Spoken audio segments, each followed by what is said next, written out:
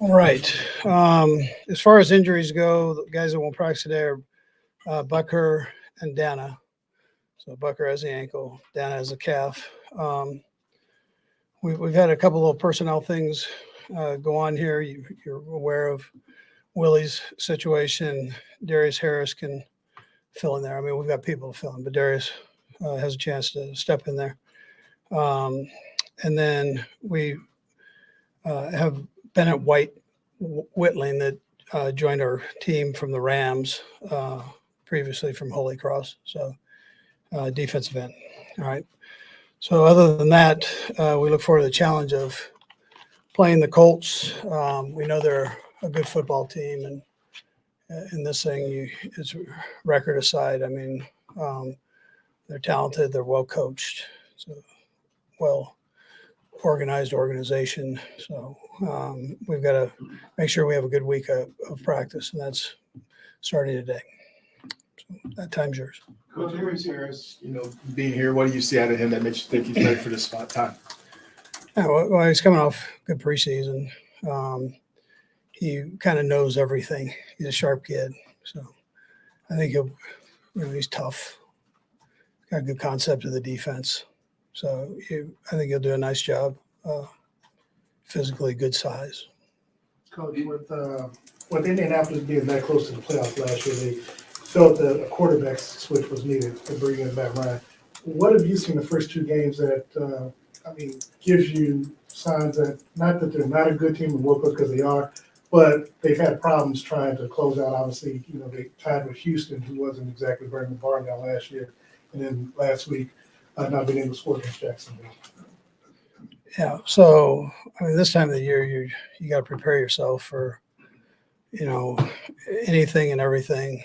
Obviously, Ryan he's proven to be a good player, and so we don't get caught up on all that. Then we know what he's capable of doing, so we don't mess around with that. Yeah, we just get ourselves ready to go against their scheme right now. Cool. Sorry. Go ahead. Andy, when were you all made aware of Willie's suspension? Yeah, so they went through Brett. Probably a better question for Brett. I don't know what we can say and can't say on it, but I'd probably leave it at that, and then we can get that to you. I'll check with our people here. So we had an idea. We had a heads up on it. The exact date, I can't. Sorry, Coach. Yep. On the subject of Willie Gay, I know there's the penalty part of things. But there's also, we talked to him at training camp, and he was talking about his mental health, and we know that's been a subject with him. It seemed like he was in a really good place, and things are going well. We can imagine football is very important to the kid. To take him away from that, have you been in no competition committee meetings about what's the right way for Willie to not be involved, be involved, and make sure that he's getting everything in the best situation for him personally? Yeah, I mean that's tough to answer. I have been in on those meetings. The league's very sensitive to issues off the field. They're also sensitive to the mental health part of it. So, and Willie and I had a nice visit. We've got Dr. T here. So Dr. T has talked to him, and his position coach has talked to him. Brett talked to him. So he seems to be in a good place that way right now. And he loves to play the game. Be a long 4 weeks there. So for him, but he's allowed to come back here after 2 weeks. So we'll have him right here. And, but I think he's in a good as good a place he can be with that. And we'll be in touch with him and stay on top of all that part. This could be a very brief question, but is he not allowed, since he's suspended, is he not allowed to appeal it via the CBA, or what is the issue? No, you can ask Brett about that, but those are Chris Shea questions. I'm not gonna.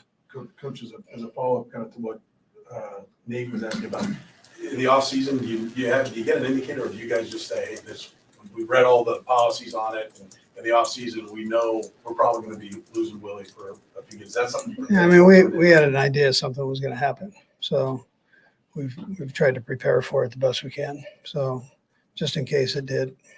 Andy, Darius Harris has been around for a while. You guys had him. He was injured when he was a rookie. You still kept him around. Obviously, you saw something in him. What was it you saw in him that led you to believe he could develop into a pretty good player. Yeah. So I tell you, he's smart, he's instinctive, he's tough, he's got a good grasp of the defense, and Spags does quite a few things, within the scheme. So you've got to be able to process all that, and he does a good job of that.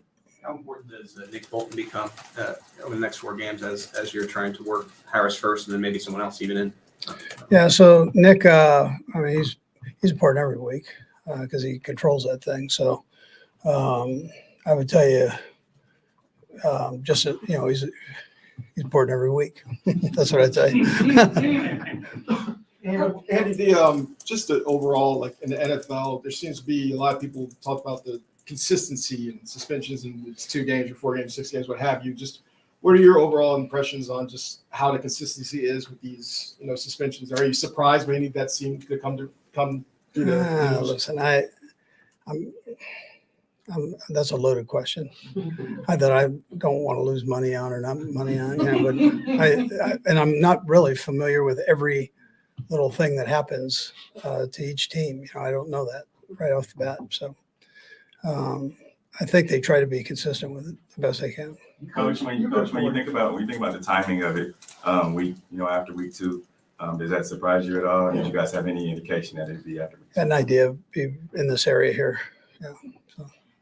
Coach, with Willie Gay is so fast, and his speed, I'm sure, is hard to replace. So what kind of adjustments do you have to make when you don't have that speed in there? Yeah, no, he is. He's a fast player, but we should be okay with that. We should be good with Darius. He'll be all right there. And just given that you guys have sort of a timeline of when a Willie Gay suspension might come down, do you have any indication on Frank Clark at all? I don't. No. Yeah. Coach, on it, you mentioned the Colts and Frank Reich being a good coach and all that stuff. Just as a play caller and a coach who coaches offense, I don't know if you feel for him or sorry for him, but he's been on this quarterback kind of hamster wheel trying to find a guy. How difficult of a job is that for a coach to try to indoctrinate a new quarterback each and every year to go through that after he had a franchise quarterback there and they kind of had the rug pulled out from under him late in the game? Yeah, so I'm good friends with Frank. He does a heck of a job with it. And it's tough, but he's got some good guys that have stepped in, so done okay for him. So still early in the year here, so we got to make sure that we're right. I'm not concerned about all of that. Is making sure that we do our jobs. Leo Chenal is a rookie, and he probably would involve a position switch for him. But was he at all a strong consideration for taking Willie's spot? Yeah, he's playing quite a bit at the other spot. So we've just kind of left him there and do the same. We want to make sure we have that taken care of there too. Jeez, Coach, I'm sorry. I keep That's all right. jumping in too early. I keep jumping before the snap. We talked to you Monday about short yardage situations. As you review that, one possibility is using a quarterback sneak, a play that's been effective throughout the history of the league. I just wonder, have you reconsidered that and why the reason to not use that? Yeah, that wasn't the case on those 2 plays the other day. We had some mechanical difficulties. So we got to make sure scheme-wise, we blocking the right guys and go to the right place. There were a couple of problems, mistakes.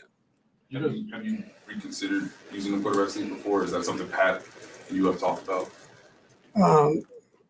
Well, he's asked me about it. And your answer? Well, you saw what we did. We used Bell in there to do it, Andy, those third and shorts were obviously something you guys were really good at last year. Do you just look at these 2 games and say something? Yeah, we were wrong. We were wrong on what we did and how we went about doing the job. So as coaches, we got to make sure we're putting the guys in the right position, that the guys do the right thing. I mean, that's really what those came down to.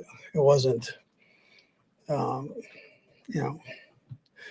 get that taken care of. For these first 2 live looks, how do you sense that Patrick is trusting the offensive line to give him enough time to sort of maneuver there? Yeah, I think he's got good trust in the guys.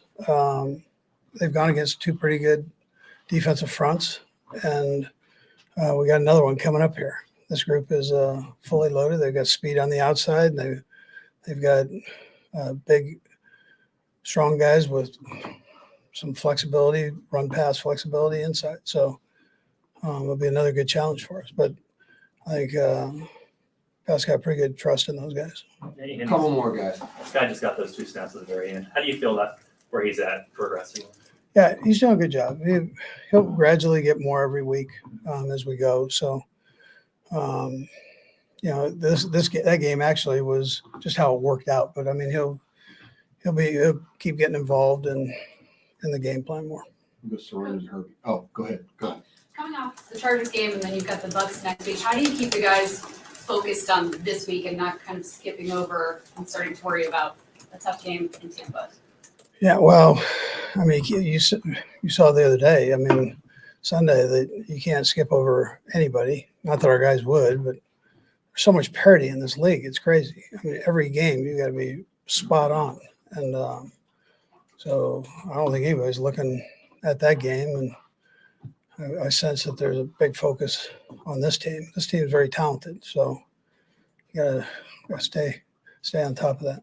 Coach, just in general terms, I know it's been a long time since your first year as a head coach, but do you remember your first game and how different it was to be calling the plays, managing the clock, and managing everybody else and doing that? How big of a shock to the system is it when you do that for the first time? Yeah, there might be a hiccup here or there. Yeah, I remember it well.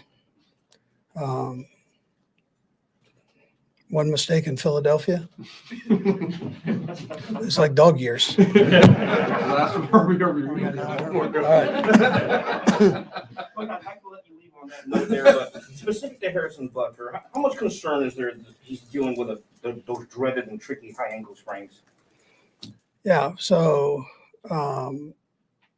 they're tricky. I'm not necessarily telling you it's a high ankle sprain; it's an ankle sprain. But it's a matter of getting the swelling out. So, and then letting the tendons there heal up a little bit. He'll be all right. Great.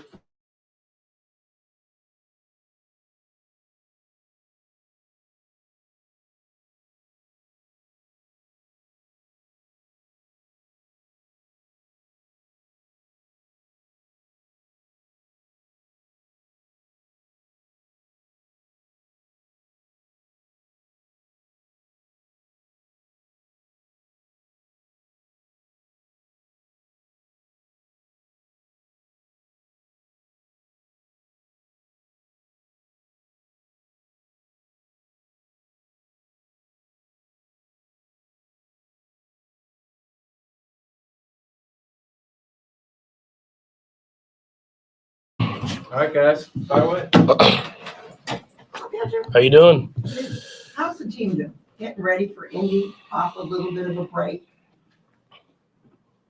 People are talking about you've got some tough opponents after them, but what is your focus on the Colts? I mean, the Colts are a great football team. I think all of us understand that. If you look at their roster, they have playmakers everywhere, guys that made plays in this league for a long time. We understand how tough of an opponent it's going to be. So we're not looking ahead at anything. We're looking straight at the Colts and know it's going to be a tough matchup for us to go to Indy in their home opener and try to find a way to get a win. Patrick, you've had 2 weeks and 2 games to look at some things. What do you feel that the offense needs to improve upon most as you go forward? Yeah, I think we just keep getting better. I mean, we've done some great things. We've also done stuff that we can get better at. We got to just continue to find ways to have explosive plays. I know it's tough sometimes the defenses that we get, but we want to make sure that we still take advantage of that and keep that in our offense. And then whenever we need to be patient and try to length of the field, we got to continue to do that. So you'll keep getting better with new receivers and younger guys that can kind of evolve in the offense, and we can keep opening the offense up even more. Before the season started, how you were calling out the fantasy owners as it relates to you digging the ball around. But how do you keep JuJu and MVS involved? If you're not going to them as often, obviously, JuJu used to be the number one receiver for the last year or so, and then MVS playing alongside Adams. How do you keep them involved so they don't lose focus in the game? I think that, I mean, it goes with me, obviously getting them the ball in certain situations where we can get easy completions to them and stuff like that. But at the same time, I think Coach Reid does a great job of that. They see the plays that are called, they know that their play is designed for them. And if defenses take those away, they understand that you get to the next progression of the read. And they're great guys like that. And so they're going to have their big games. Obviously, this last week, that was just a really good defense. The other guys stepped up and made plays, but that you saw in week 1, and I think you'll see the rest of the season. There'll be days when those guys will have big days, and I think they'll be ready for it. Leadership hat on Willie. I know you're close with him, obviously suspended. Whatever you're willing to share, how do you encourage someone just to kind of stay focused and stay in the mix, even though they maybe will be out of the facility for a couple weeks? Yeah, I think he'll handle it the right way. Obviously, the whole situation was a bad situation that we don't want it to happen. But at the same time, we love Willie as a guy, and we want him to come back in and still be a great part of this team. And so we'll continue to move forward against some tough opponents while he's gone. And I expect those younger guys to step up and make plays happen when they're getting their opportunity.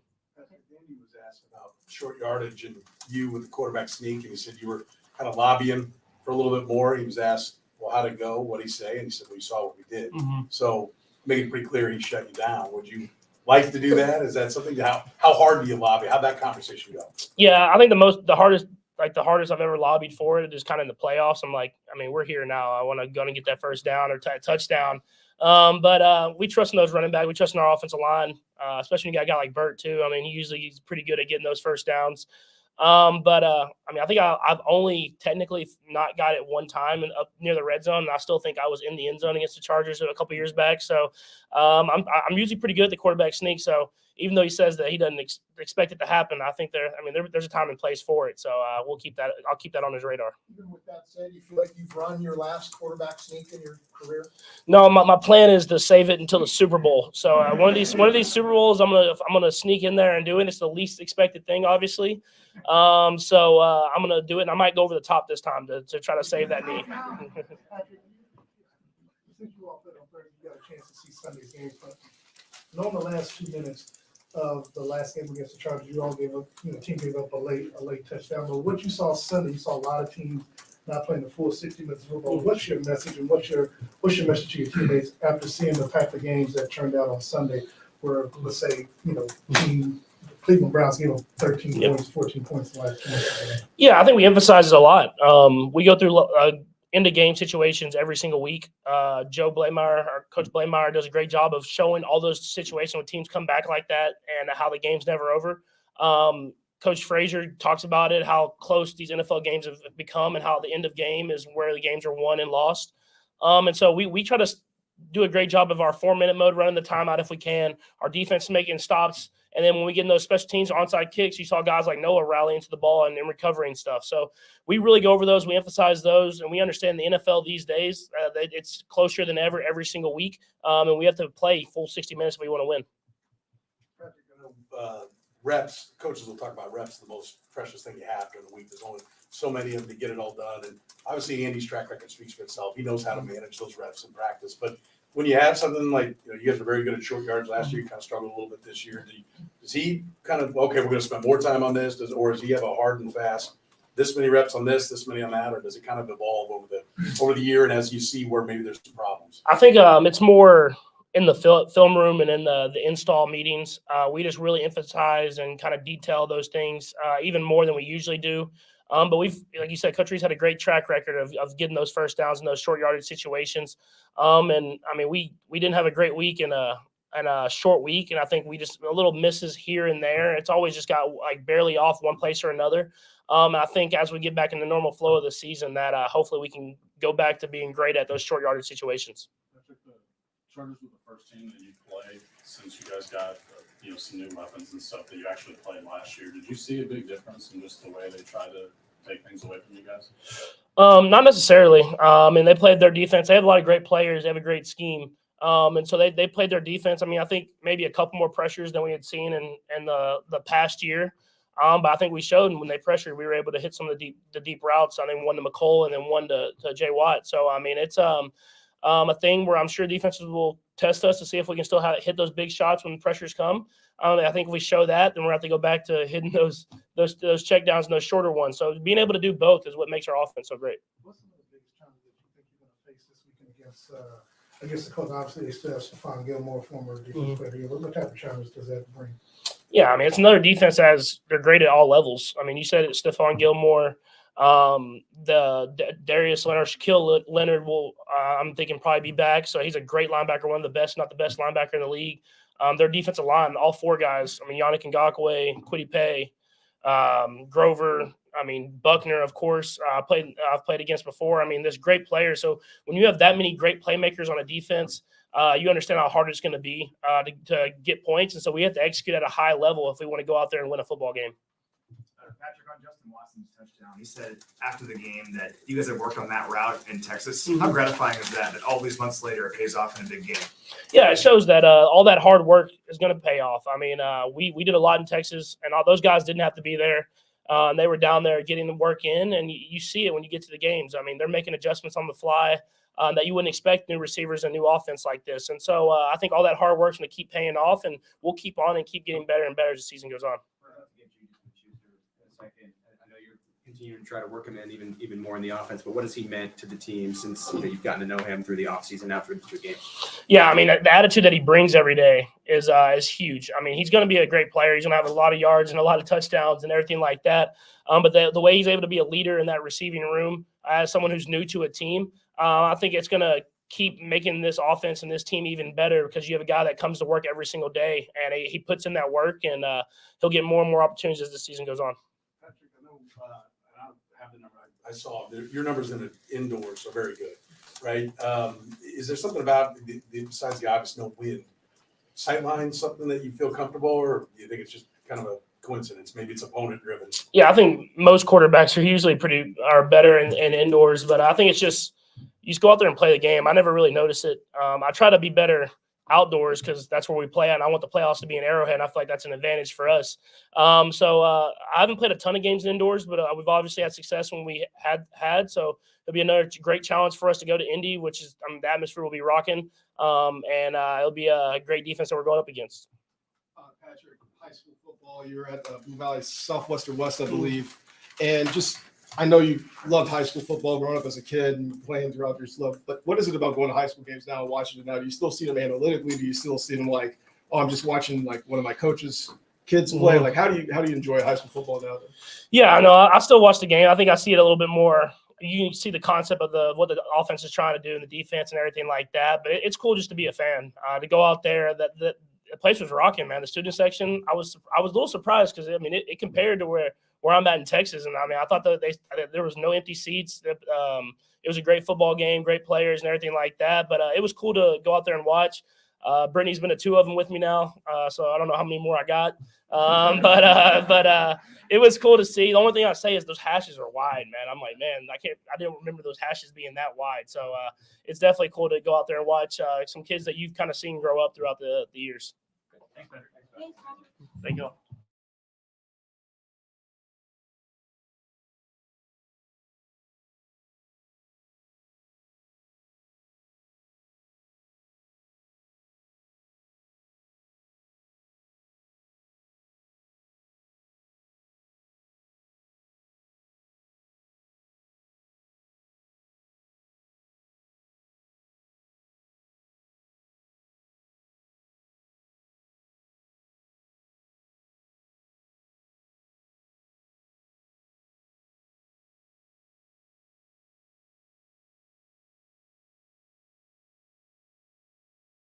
Hi, JuJu. How are you? I'm good. How are you? Good. Patrick was in here talking about just how important you are in the wide receiver room and how he sees you being a big part, even though, you haven't had that day yet where 1 million targets have come your way. How do you see yourself evolving in this offense and what you see yourself contributing to when your number is called more than anybody else's? Yeah, man. We talk about this, all the time is that, anybody can get the ball. Anyone can make the play, no matter who's in that position. Just know that when your number is called, make the play. And that's just what it is. For myself, I see myself, being the guy that, wherever they need me at, I'm there to be that guy, inside, outside, whatever that may be. If they need me to block, I'm blocking. They need me to do this, do that. I'm an all-around guy. The majority of time, Are you breaking off a route to follow Pat, especially when he's in scramble mode?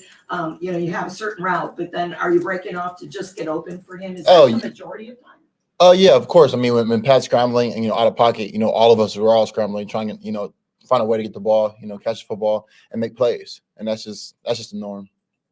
How comfortable do you feel you are in those out of structure situations with Pat now that you've had a long time to work with him? Oh, very comfortable. Like you say, we've been practicing since all throughout OTAs, all throughout camp. So it's something that we do it in the game, and I'm not surprised that when we scoring it. So yeah. What working with Andy Reid now, you've had a chance to do it a little bit. I know you had the preseason and everything, but have go through the game week, the whole process. When what makes him? Mike Tomlin was obviously a very successful coach as well, but what makes Andy Reid so successful?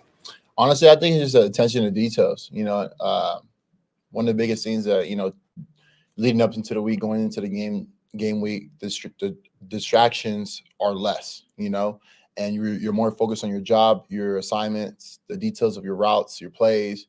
And then one of the biggest things he always says before every game is, show your personality out there. And I think that's really cool because, everyone's has different personality. Mine's different between, other guys on the team, and other guys are different between, a lot of other guys on the other side of the ball. So it's just really cool to go out there and everyone's just to have fun, fly around, play ball. Can you talk about the Indy defense a little bit? Yeah, What you're seeing? Yeah, I mean, although they're struggling right now, I think they're a great team. They have a lot of puzzles that they have on their defense that's going to fit really, really well. I'm excited to go against Gilmore.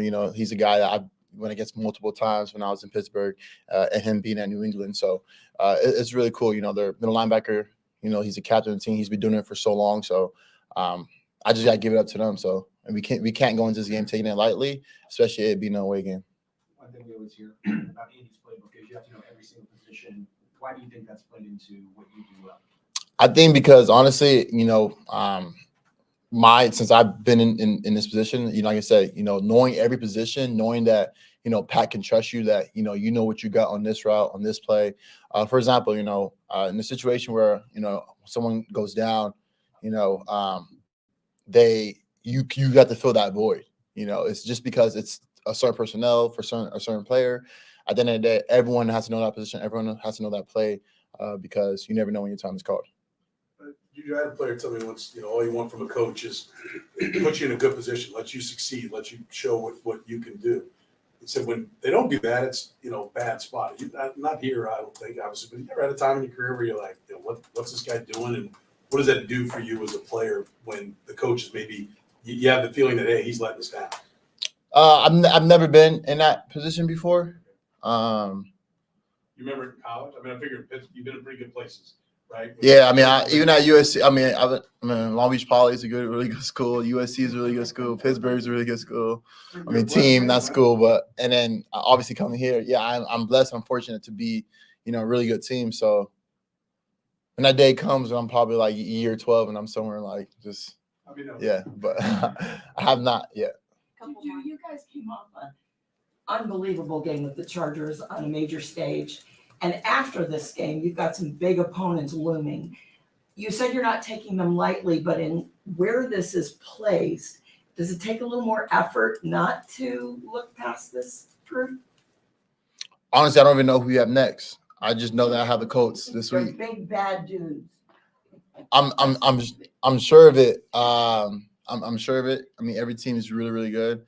But I think I take it week by week. I focus on this week alone, and the Colts and Indy is on our schedule for this week. So, and then once we get past Sunday, then boom, we're on to the next. You had a chance to play in front of your new fans now as a Chief here at home for the first time in a primetime game. Yeah, it was actually really cool. For the first time, I was on the opposite side of the ball last year around, going into the playoffs, and it's just really nice, to hear the fans, walk out the tunnel and they're like, "JuJu," like that's really cool. And then I also tell my teammates, I was like, damn, like I remember we lost here in the playoff, and the board says due to too many touchdown scores, we ran out of fireworks. So I want to be on this side when that happens. So that's pretty much it. Anyone else? Thank you. Cool. Thanks, JuJu. Thank you. No problem. Have a nice day. You too.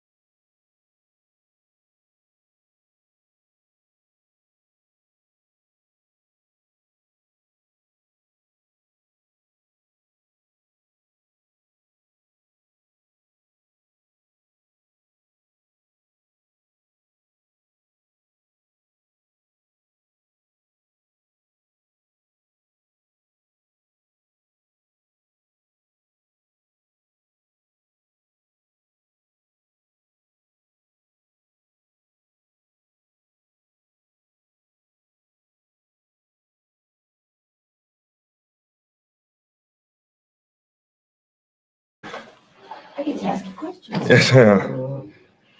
Let me ask you first of all, how do you adjust in preparation when you don't have Willie in the lineup?